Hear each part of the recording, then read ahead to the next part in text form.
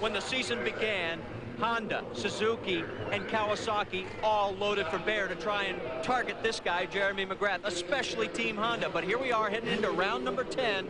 You got a 32-point lead, and you're in control of your own destiny heading for championship number 6. Well, I feel really good, you know. My Chaparral Yamaha is working really well. And, you know, in the first year, I had kind of a little bit of a lag there. I wasn't riding as well. And I think I'm coming on strong now, especially with Daytona last week. You still feel like the target's on your back? Yeah, I always feel like the target's on my back. You know, this guy spent a lot of money to beat me, and it's quite flattering, but it's paying off for me. Paul, the one thing about that target, like we said, it's on his back. They got to find it and chase it. There's Kevin Winnan on 14. He will be another of that group. And, of course, the third, all three of these very definitely having a possibility, is Mike Larocco. Larocco has surprised everyone. He's the veteran. He's been around a long time. I think people may have counted him out, figured, well, he might be good for a top 5. But at this point in the series, round 10, he still holds down second within striking distance of Mcgrath. With under 30 seconds to go now as they all set at the gate. Time of concentration, time of tension, David Bailey. This is extremely tense, especially for the guys that are trying to close down the points lead of Jeremy Mcgrath. No mistakes, so they need to get directly to the final and have no problems. For Ezra Lusk, he's thinking a little bit about that $250,000. He already won the first round of this Triple Crown. Tonight's the second round. And, of course, the third round, should Ezra Lusk win tonight, will be determined at Indianapolis in our coverage on ABC there. Here we go. Ezra Lusk jumps out to an early lead. Lusk gets a very nice start. Grabs the hole shot, moves down on the inside of the first corner. On number 19, right behind Ezra is Mike Craig, challenged by Lusk's teammate right now, but number 19, Mike Craig, is just returning to action after an injury. Fight is for second place. Lusk pulls away just a bit. Kevin Windham, teammate, number 14, comes into second. Craig drops back. And this is beautiful. Look at this, Paul. They've got the whoop section this week split. We're going to show you. Oh, neat fight for the lead here. And it changes already. Lusk gives way to Windham. Kevin Windham running that left side of the whoop section. It's proved to be faster so far. Makes it work. Makes a nice clean pass around his teammate. Craig stays in third. Larocco on number 3, now in 4th place as he comes around Greg Albertine. This is an interesting section here. Kevin makes a little mistake. Makes it right in front of Ezra Lusk there, so Lusk can't go for it either. Now you see the different timing. These guys actually slow down out of the corner so they can jump the next jump over a bigger one and keep a faster momentum down the straightaway.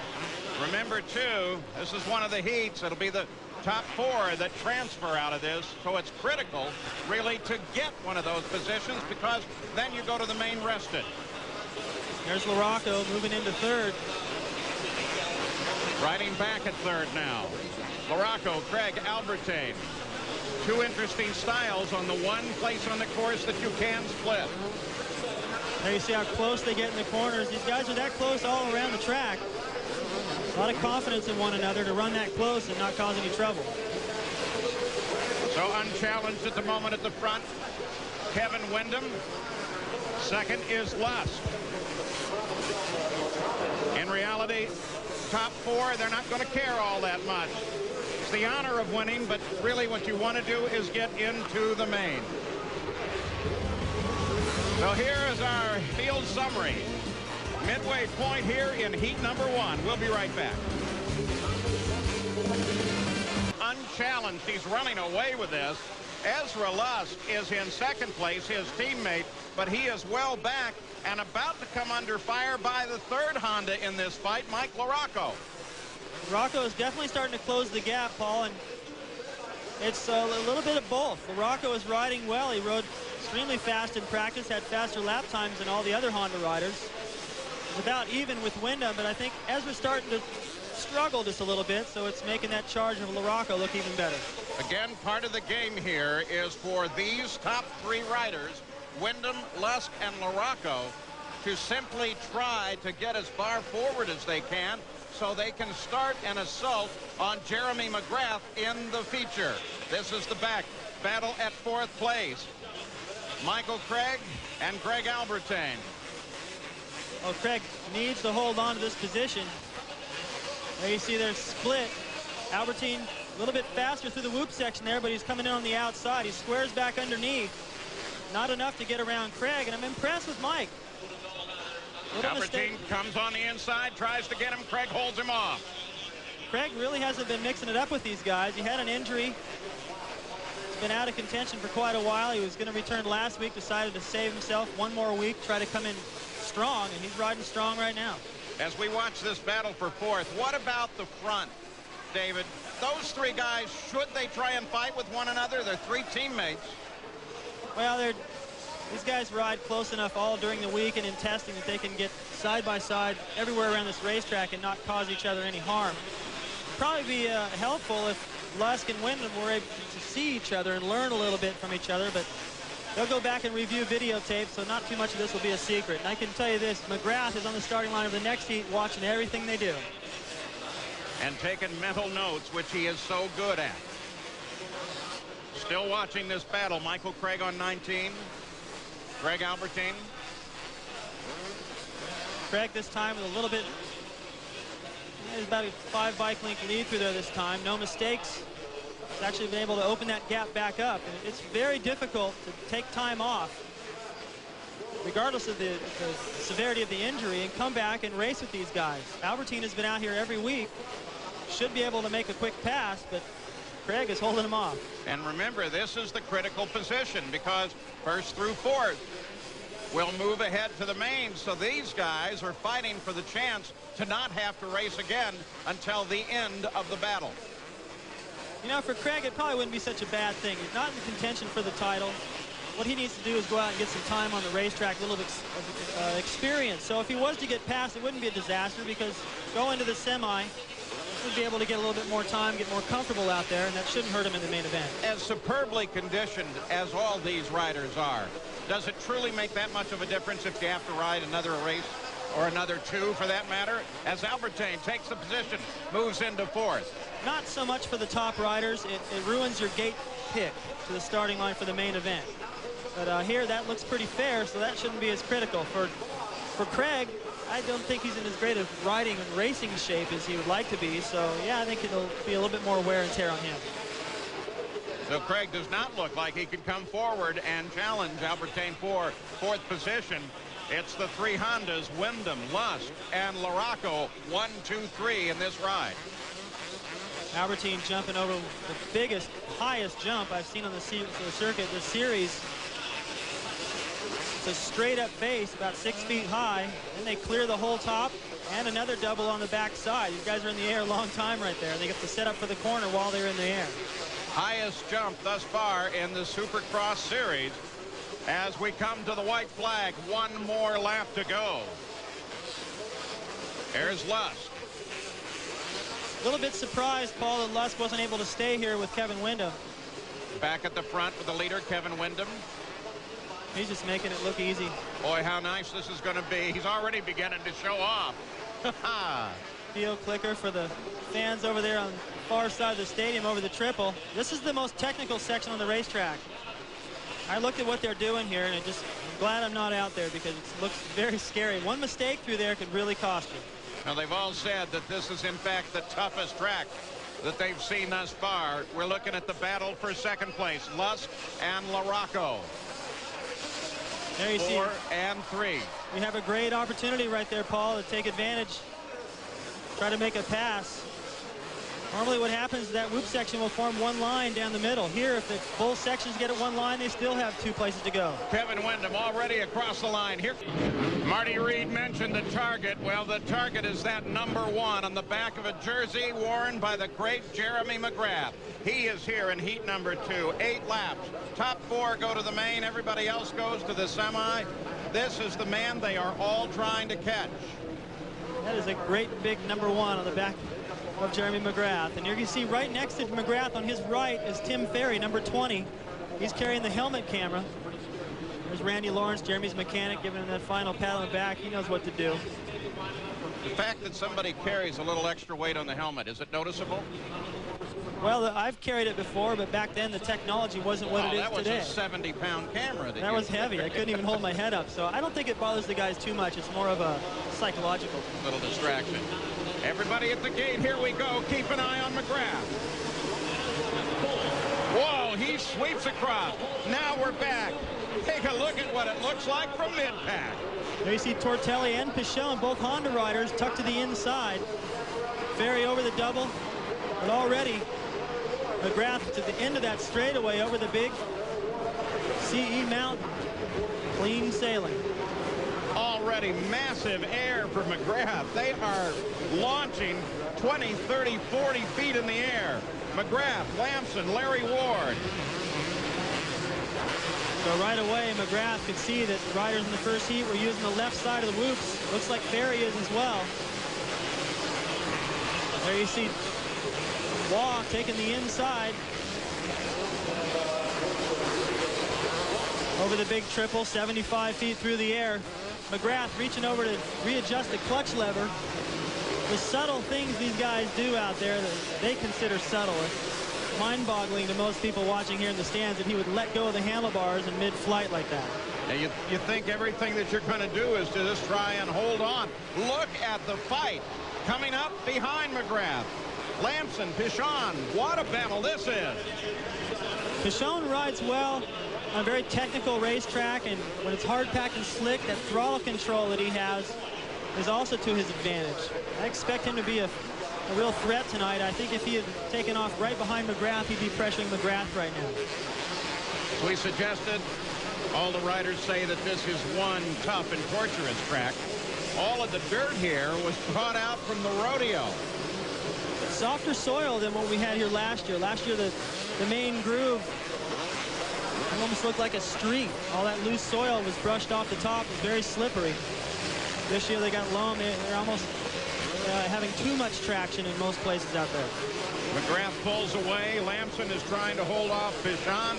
We look at that battle for second place as the run continues. 250cc Supercross. Sure, if it's difficult to pass and there's only one good spot, you feel like you can do it. You don't want to show that to him in the heat race because we'll remember that for the main event and keep that door shut. Back up front with the grand champion, Jeremy Mcgrath, 1-3 this year, looking for yet another unprecedented sixth championship. Love to do it here tonight in front of a crowd of over 50,000 people. Off, make sure that pass sticks. There's Mcgrath. Again, look at the smoothness of this style. Well, you notice that his body doesn't move a whole lot. The bike just moves around underneath him. He stays centrally located. It's like those mogul skiers. They just let their legs take all that shock. Their body stays very still. Learned that really taking what he said as he starts to show off a bit. The big jumps when he was a BMX racer on bikes. He would, as a young kid, he'd run ahead and run against the older kids, loved the big jumps, so I guess he lost his fear. And of course, when he made the transition to motocross and supercross, with the fear gone, everything else was easy on the final lap. And he brought some of that style to supercross. There's Pichon in second still. He hasn't been really that outclassed by Mcgrath. Once he moved into second, the gap stayed about the same. So Pichon's on pace. Mcgrath has slowed a little bit in this final lap. So the gap has actually closed a little bit. Jeremy knows he's got it from here on out. Jeremy took a lot of that BMX style to Supercross, staying lower over the jumps. Patented knack coming from the BMX. And the crowd loving every minute of it. Pichon still runs in second, Huffman back in third, but Mcgrath takes the win on the second heat for 250cc Supercross. Here comes Francis Pichon finishing in second, and we'll look for Huffman and then Sebastian Tortelli. So Jeremy Mcgrath has taken a win in the heat number 2, as he works his way toward the main event in round 10 of the 16-round series of Pace Supercross. Oh, it's starting to look very familiar to me. Jeremy, I got to tell you, after last week's win at Daytona and the way you cruised here, this is starting to remind me of the way you were riding when you won 15 out of 16. You feel that way? Yeah, I feel pretty good. I think I'm at the peak of the season for sure. I mean, I haven't felt this good all year, and my 800 Collect, Mazda, Chaparral, Yamaha's putting me right out in front, and it makes it easy when you get out in front. But that spells bad news for everybody else in this field. I mean, the confidence level, you're not cocky, but you know going into this main event, you're the guy. Well, the guys at Yamaha and all of us, we've been testing really hard, and we made a few changes a few weeks ago that kind of put me a little more comfy on the bike, and I'm having a lot more fun riding now, and it's not so out of control, and it's coming around. When your bike works, everything works. Paul, comfy for him is a nightmare for everybody else. Well, we're ready for the main event, the 250cc's. There's Jeremy Mcgrath here at the Houston Astrodome, and he is everybody's target. I'm Paul Page with David Bailey. What expects to be on a tough track, a wide track, an open track, one excellent event. You can see right there, Jeremy surveying that whoop section. Look at all the riders parked right there. Number 14, Kevin Windham. They're all scoping it out. You can see both lines, the hay bales dividing up the track right there. So that's going to be the one place where I expect to see a lot of passing. That's why they're taking so much time. We're looking at the starting grid for this, the 250cc final. 20 riders, 20 laps. And can Jeremy Mcgrath inch closer and closer to that championship? Still, pretty good group of riders with a mathematical chance, almost 20, of making it to the championship, but it's doubtful that any other than Jeremy, maybe Ezra Lusk, as you watch him there. Of course, we've suggested that Team Honda is set up with a sole focus of taking Mcgrath out of a possible 6th championship. Well, you know, I think everybody at the beginning of the year, including myself, possibly even Jeremy Mcgrath, thought this would be the toughest year to win a title. Looking at all the talent that Honda acquired, they already had Ezra Lusk, but then they added Kevin Windham. There you see number 14 riding back to the starting gate ahead of Jeremy. Also number 5, Mikel Pichon from France, very technical rider. There you see him lined up just to the inside of the starting box. So they have a lot of talent on that team now that could really do some damage to Mcgrath, but so far Mcgrath keeps finding his way to the front. A little bit more on Kevin Windham. Here's Marty Reed. Guys, first practice today, Jeff Stanton, team consultant for Honda, said Kevin Windham doesn't have it. All of a sudden, second practice, he came out and showed us quite a bit, and he did it also in his heat race. He could play the role of spoiler tonight for Team Honda in their quest to take that crown away from Mcgrath. So we'll surely keep an eye on Kevin Windham. He will very definitely be in the fight, along certainly with Lusk, and absolutely this rider, Jeremy Mcgrath. Why is he so good? He's one of the smartest, I think, Paul. He is so talented at being able to ride fast at the right times. He doesn't take any unnecessary chances. He keeps his cool. He can come from behind. He works his way through traffic. I was talking to Larry Brooks as we look at the 30-second card up. Jeremy looks farther ahead than most riders. He's so aware of everything that's going on around him, so he doesn't get caught in any pileups or any problems out there. We're in the 30-second count now, down to the start of the 250cc main. Crowd over 50,000 here. Now they show their sentiments. This is the largest floor that they're able to operate on. Keep an eye on the gate.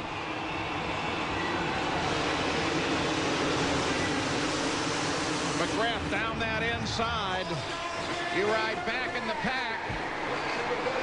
This is the view from Tim Ferry. He's back in the pack, but out front it is Jeremy Mcgrath and Windham side by side. Windham got the edge, Paul. Got more than an edge as he pushes ahead of Jeremy Mcgrath. Windham leads this thing on the Honda, followed by the Yamaha. Up Jeremy Mcgrath, battle at first and second. Both these riders were dominant in their heat races earlier today.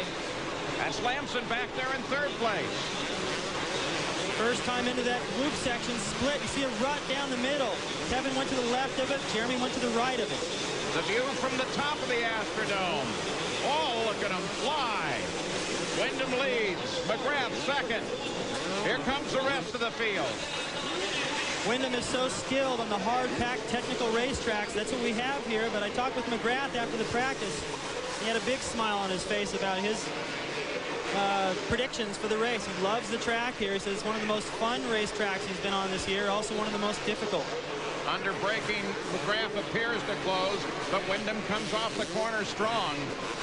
In this sport of team competition, you always have to keep it in the back of your mind. Is Wyndham out there as a rabbit to pull Jeremy Mcgrath forward, or is this an easy ride? To me, it looks like Wyndham is very definitely on style. He is riding perfect. He dropped the front wheel into a bump there and paused momentarily, but he picked it back up. You see he's on the power early over that mini triple, up to the big triple. That's 75 feet right there. Still able to get into that groove. You see he sits down on the motorcycle to make sure he gets all the traction as he accelerates up those double jumps while turning. We're back at the Houston Astrodome. Wyndham leads, followed by Mcgrath. Lamson is third, Larry Ward is fourth, and Ezra Lusk back in fifth. This race, of course, very important for Ezra Lusk, who won the first round of the Triple Crown. The rider that wins all three of those races tonight is round 2 of that series within the series, $250,000 for the rider that can win them all. Lusk got a long ways to go to catch his teammate Wyndham out front. Larry Ward starts to work on third place Lamson. We've watched him for a part of a lap here. Ward closes again under braking. Lamson comes off the hairpin well, takes the left side of this split. A great idea having the split down the whoop section, giving the riders an option. Now really be an advantage when they get into lapped riders and a group of riders in front of them occupying one side or the other. They can choose the other side and not be held up. We're still keeping you on the battle for third. Wyndham leads it. Mcgrath is second. They are not in contest right now. Lamson, though, on 24, is being worried by Larry Ward, and not far back from that is the Ford Honda of Ezra Lusk. So at the front of this field, it's Kevin Wyndham being chased by Jeremy Mcgrath. We'll be right back. Back with Pace Supercross at the Houston Astrodome, round 10 of 16. Kevin Wyndham on 14 as the leader.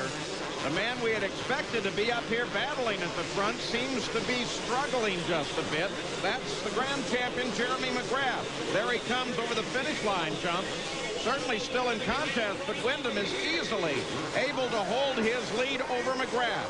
Steve Lamson sits back in third, being chased by Larry Ward. Ezra Lusk sits in fifth.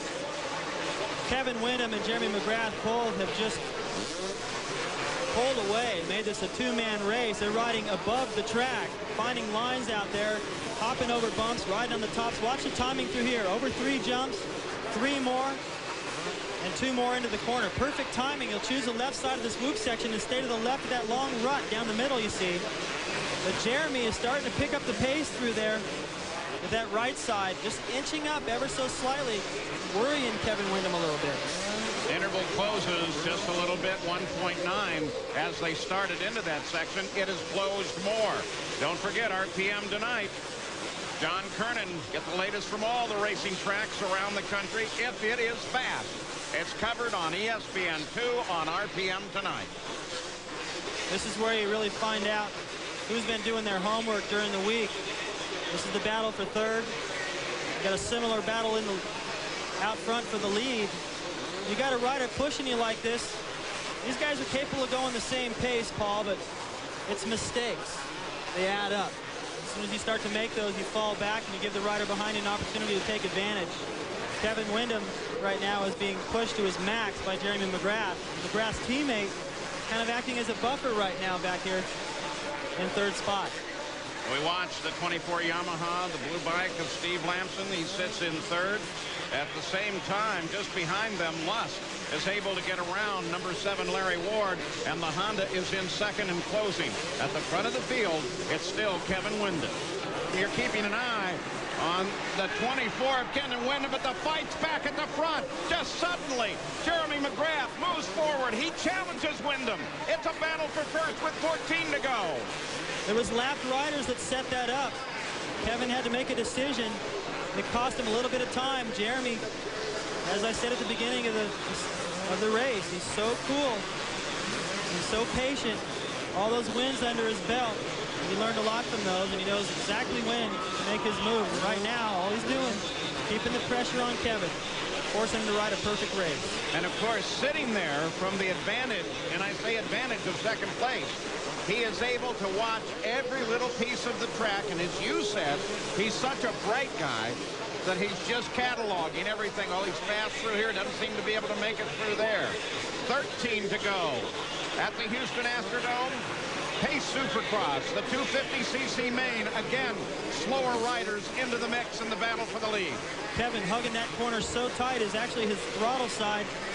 Right hand is actually overlapping the hay bales that mark the inside of the corner, using every inch of this racetrack. And from Jeremy's vantage point, he'll be able to notice these slight changes in Kevin's posture out there on the motorcycle and see if he's getting tired. If he notices that, he'll go for the move. And I think it was interesting there, they both chose the left side. Most interesting that Jeremy chose the left side. And look at this, he's right on him now. Again, slower riders the factor, but Jeremy decided that I'm not going to chance that other side. I'm going to stay exactly where he is. I go over there, I could mess this whole thing up. I stay here, I'll at least be with him. Well, Jeremy is not only knows what to do when he's out front, but when he's in a battle like this, he's having to come from behind.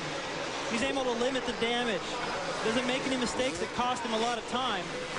He'll lose a little bit of time in certain areas, but as long as he stays close enough to bother the rider in front of him, you won't see Jeremy fluctuating his pace very much per lap. At the Houston Astrodome, Paul Page, David Bailey were watching the battle for the lead. That's Mcgrath, number 1, as he's trying to chase down number 14, Kevin Windham, and he's right there. Well, what I like about Jeremy's line to that loop section is that he is starting to gain a little bit of time, and he's on the inside as they approach the right-hand corner. So he's close enough there. If he doesn't make a pass before that, he's got a real opportunity to get in there and make a block pass, Paul. Oh, 12 laps to go now. 12 to go. I would hate to be in Wyndham's shoes, knowing that there are 12 to go. You see a little mistake right there. Actually, Jeremy made that same mistake the lap before. Came up a little short. Tremendous jump at that point. There's Ali Seymour. That's Kevin's mechanic. 57.46. That's the lap time. Kevin makes a mistake. Oh, and the mistake is taken advantage by Jeremy Mcgrath as he motors past Yamaha back to the front. Honda falls to second. There you see Kevin fall into the line that Mcgrath had down the loop section. I think Kevin has the speed to hang with Mcgrath. The question is the concentration and stamina to go 20 laps at that pace.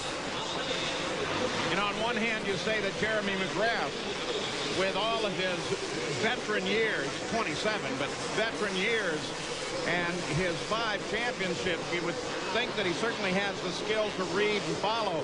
But on the other hand, you do have to give something away in terms of age over the younger rider. Well, in age, you can make up a lot with experience and desire. Jeremy's desire to win at Supercross is as strong as I've ever seen. And to see a guy dominate like this, you know, going into his 6th year of potentially winning a title, going for win number 56. If he gets that, he will double the number of victories of his next closest competitor, Bob Hanna, who won 3 titles back in his day. Jeremy Mcgrath is the leader. He is an incredible rider. He's brought this sport to an entirely new pinnacle as Supercross is growing in popularity. He now leads, but he is being chased by Kevin Windham. We'll be back.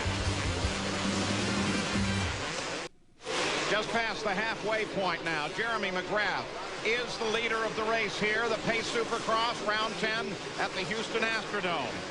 He obtained that position when he got around Kevin Windham. We're going to take a look at exactly how that occurred. As Kevin approaches his section, he misses his timing. He comes up a little bit short right there.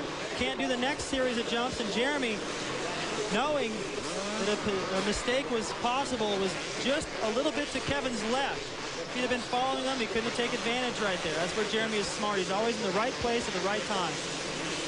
He's a tiger right there, just keeping track, and attacked when he could. Here's Ezra Lush, who now sits in 3rd place. He's steadily been moving up behind this battle.